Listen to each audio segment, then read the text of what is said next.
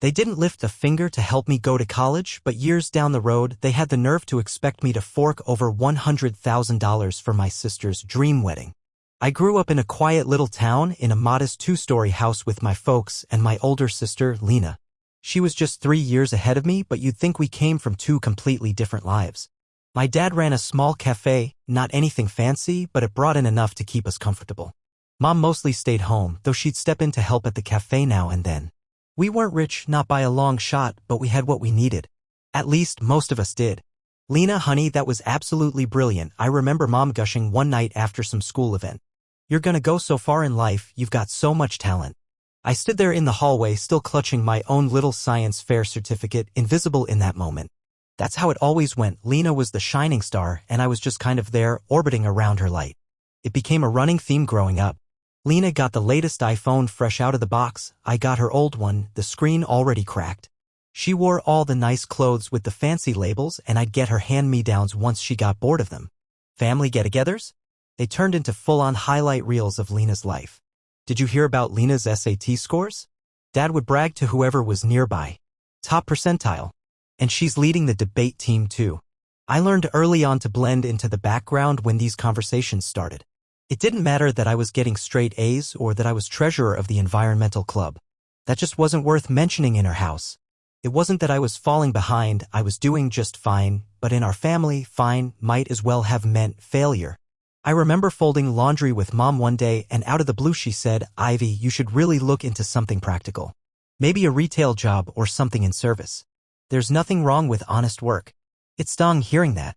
Not because I had anything against honest work, I didn't, but because it was always clear they never thought I could reach for anything more. And the worst part?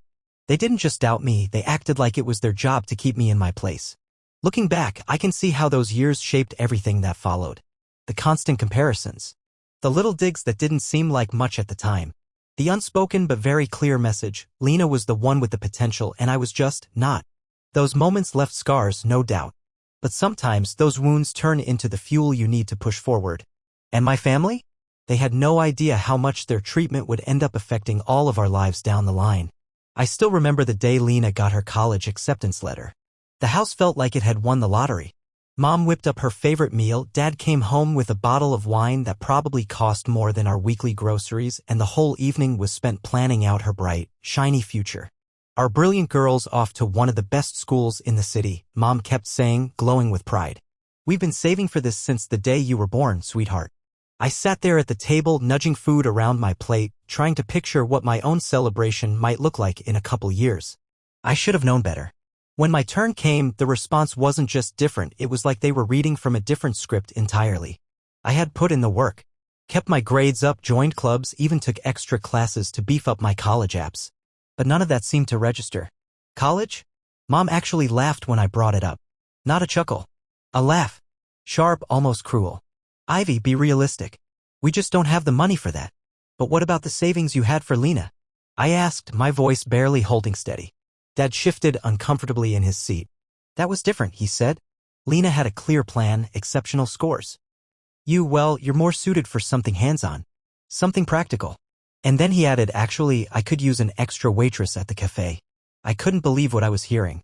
I told them I could work while going to school, asked if we could get a loan, promised I'd pay every penny back with interest. I even offered to put it all in writing, get a lawyer if that's what it took.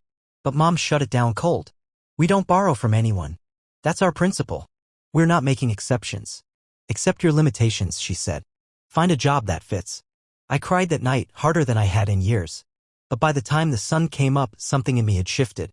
I dried my face, packed my pride, and went to the only people who'd ever truly seen me, my grandparents. Grandpa, Grandma, I sobbed at their kitchen table, I need help. I can't just let this go. I need to go to college. I have to. Grandpa looked at me, his eyes clouded with a mix of hurt and anger. We don't have much, sweetheart, he said gently, but let me see what I can do. No grandchild of mine's gonna have their future shut down like this. The next few weeks were an emotional roller coaster. First came the blow of the bank rejecting the loan application. Then came the shock, Grandpa telling me he was selling their old country house and the little piece of land it sat on. That sale covered just enough for my tuition.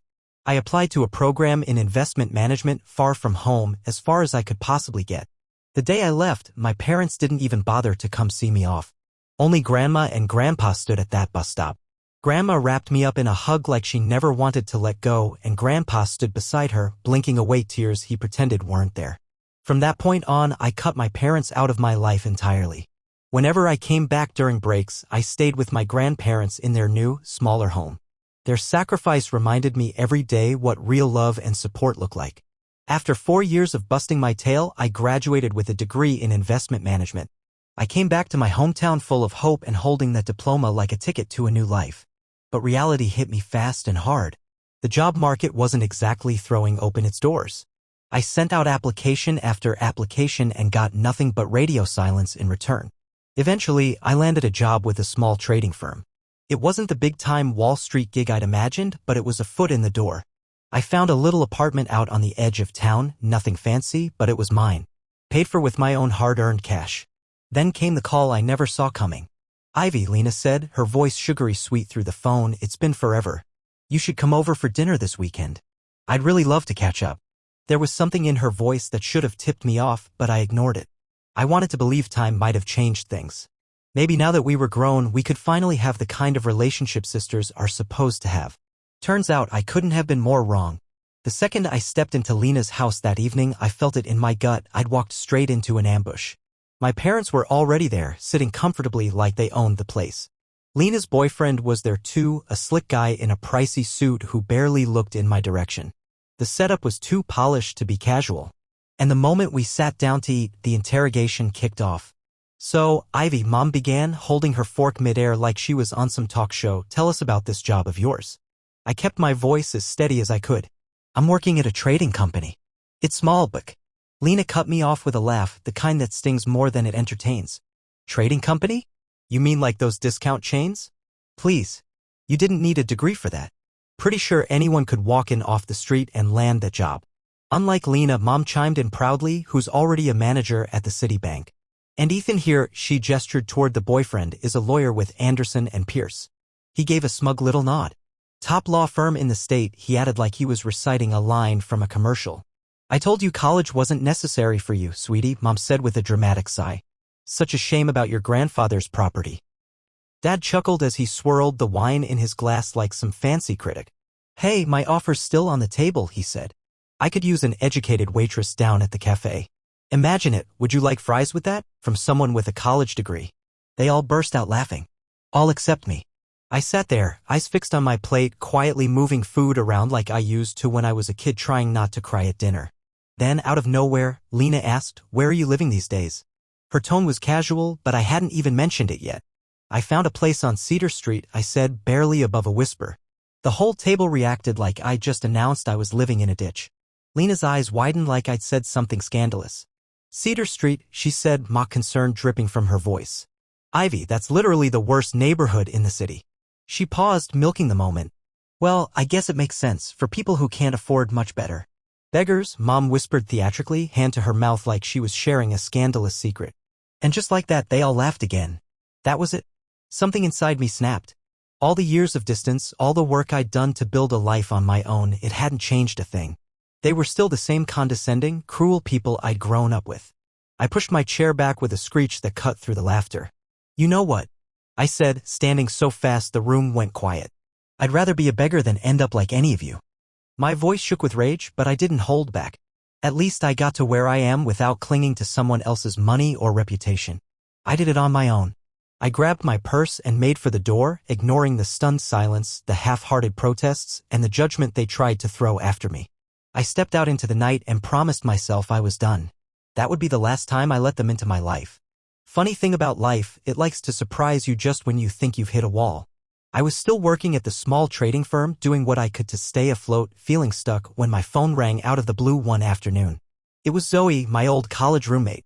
"Ivy," she practically screamed into the phone, "you're not gonna believe this." She was buzzing with excitement. "Remember how we used to dream about working at Maxwell Investment Group? They're opening an office in your city and they're looking for fresh talent. I already told them about you." My heart just about jumped out of my chest. Maxwell was the gold standard in investment management, one of the biggest names in the game. I stayed up all night updating my resume, and I spent the next week getting ready like my life depended on it.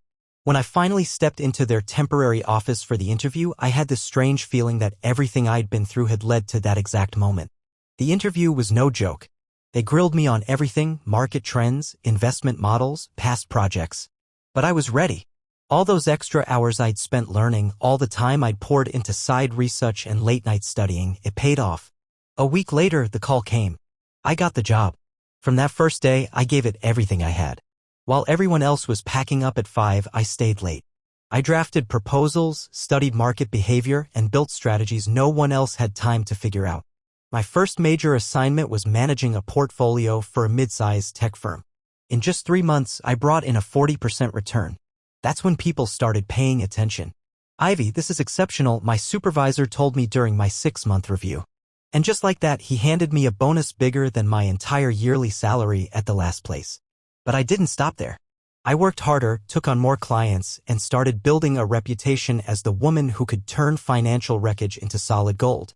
The bonuses kept rolling in, and I had a plan for every cent. 2 years later, I walked into a luxury car dealership looking like someone who was there for directions. The sales team didn't give me a second glance until I pointed at the top model on the floor and said, "I'll take that one." An hour later, I pulled up to my grandparents' house in a brand new car, bright red bow on top. Grandpa's mouth hung open as I handed him the keys. But I wasn't done yet. A month after that, I closed on a place in the Heights, the most elite development in the city. Floor-to-ceiling windows, marble everything, and a view that made you feel like you ruled the skyline. One morning, I was walking out of the building, coffee in hand, when I heard a voice I hadn't heard in a while. "Ivy." I turned around and there was Lena, dressed head to toe in designer workout gear, looking like she'd just seen a ghost. "What are you doing here?" she asked, trying to sound casual. I took a slow sip of my coffee, enjoying the moment more than I should have. "Oh, I live here," I said, pointing up toward the penthouse. "Just bought it, actually." The look on her face was priceless, somewhere between disbelief, jealousy, and flat-out shock. For the first time in our lives, I saw something new in her eyes. Envy. About a week after that little run-in, my phone rang. Seeing my parents' number pop up was a surprise in itself. They hadn't called in years. But the real shock came when they said they happened to be nearby and wanted to stop in for a visit. Out of pure curiosity, I said yes. When they walked into my apartment, their expression said everything. Mom's eyes bounced from the panoramic windows to the designer furniture.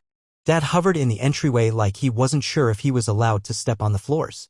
"This is impressive," Mom managed to say, tracing her fingers across the marble countertop like it might bite her. "You must be doing very well for yourself." "I am," I said simply, motioning for them to sit down on the Italian leather couch. They exchanged one of their famous glances, nervous, calculated, before Mom cleared her throat and said, "Well, we actually have some news. Lena and Ethan are officially engaged," they told me. Turns out the proposal happened last month at a party, one I, naturally, never got an invite to. "The wedding's in 6 months," Mom went on, slipping into that coaxing tone I remembered too well from childhood. "Tradition says we pay for half," she added. Dad shuffled in his seat before confessing the ugly number. "The whole thing's going to run about 300 grand. I almost spit out my water. $300,000? Ethan's folks have certain expectations, Mom rushed to explain. They're very influential. We promised to cover half before we knew the final cost, and now," she stared right at me. "Now you're short 150 grand, I finished for her." "That's it?" Mom brightened as if I'd solved a puzzle. "And since you're doing so well, this gorgeous place, that prestigious firm." "You want me to hand over the cash?" I said, voice flat. "A loan," Dad cut in quickly. "Just a loan. Signed, notarized, the works. We'll pay it back. But we can't back out now. Ethan's family would be mortified." "Like when I begged for help with college?" I shot back. "When I offered to sign papers promising repayment?" Mom's cheeks went pink. "That was different." "Different because it was me asking," I said. "You claimed you never borrow on principle." "Be reasonable," Dad started, but I was already on my feet. "Reasonable, like telling me I wasn't college material? Offering me a waitress apron instead of tuition? Letting Grandpa sell his land while you banked everything for Lena? That's not fair," Mom protested. "What's unfair is you only remember I exist when you're in a bind. No invite to the engagement party, no calls for years, then suddenly you need 150 grand. I opened the door. "I don't lend money on principle. Family tradition, right?" Mom's face went crimson. "How dare you throw our words back at us after all we've done for you? All you've done." I laughed bitter and low. "Please leave." They left in a huff, Mom muttering about ingratitude, Dad staring at the floor. When the door clicked shut, I felt lighter than I ever had. For once, I'd stood tall, in my own home, on my own terms. The next afternoon, Lena called, skipping any greeting. "What is wrong with you?" "Mom told me everything." "How can you be so selfish?" I leaned back in my office chair, golden sunset pouring through the windows. "Selfish? That's rich, Lena. We're family. Family helps. You've got the money, why not help with my wedding?" "Oh, now I'm family?" "Where was that sentiment when you all called me a beggar, mocked my apartment, laughed at my job? Was I family then?" "That was just teasing," she snapped. "Stop being ridiculous." "What's ridiculous is you vanishing for years and resurfacing only when you need a check. Ask Mom and Dad, they're your real support system. They made that clear." "You bitter, ungrateful," Lena fumed. "You think a fancy apartment and big paycheck make you better? You're still the same pathetic little sister." She hung up. I stared at the silent phone, surprised that her words didn't sting anymore. They just echoed and faded. A week later, I was at Sunday dinner with my grandparents, a ritual I'd kept since college. Grandma served pot roast quietly until Grandpa spoke. "Your parents rang yesterday." "Let me guess," I sighed. "Wedding money?" Grandma nodded. "They're desperate. Your mother lectured us on family duty after we said we're retired and don't have that kind of cash," Grandpa added. "She even suggested we sell something." "Sell what?" "The car," Grandpa said, eyebrow raised. "The one you gave us." I was floored. "She actually asked you to sell your gift?" I hung up, Grandpa said, a satisfied glint in his eye. "Told her we don't hawk presents from the only family member who's ever stood by us." Grandma squeezed my hand. The three of us sat in quiet agreement, bound by love, not just blood. Word travels fast in a small town, and my parents made sure of it. Within weeks, their version of the story was everywhere. At the grocery store, I overheard Mom's friend gossiping, unaware I was in the next aisle. "Did you hear about the younger daughter? Landed some highfalutin job and now thinks she's too good for her own folks." At church, relatives shot icy looks when I walked in with my grandparents. Aunt Clara even phoned one evening, loaded with judgment. "Your mother says you wouldn't let her into your apartment. How could you treat your own mother like that?" I could have set the record straight, told them how my parents only call with outstretched hands, how they mocked my dreams, how they laughed at my hard-earned success. But I'd learned the hard way, explaining yourself to toxic people just feeds the fire. So I threw myself into work, cherished dinners with Grandma and Grandpa, and let the gossip whirl around me like leaves in the fall wind. My grandparents always knew the real story. They'd lived every bit of it alongside me, and honestly, that was enough. But just 2 weeks before the wedding, Lena made one last effort. She showed up at my apartment unannounced, draped in her flashiest designer outfit and wearing the kind of smile she probably practiced in the mirror. "Ivy, we need to talk," she said breezily as she brushed past me and made herself comfortable in my living room, like she owned the place.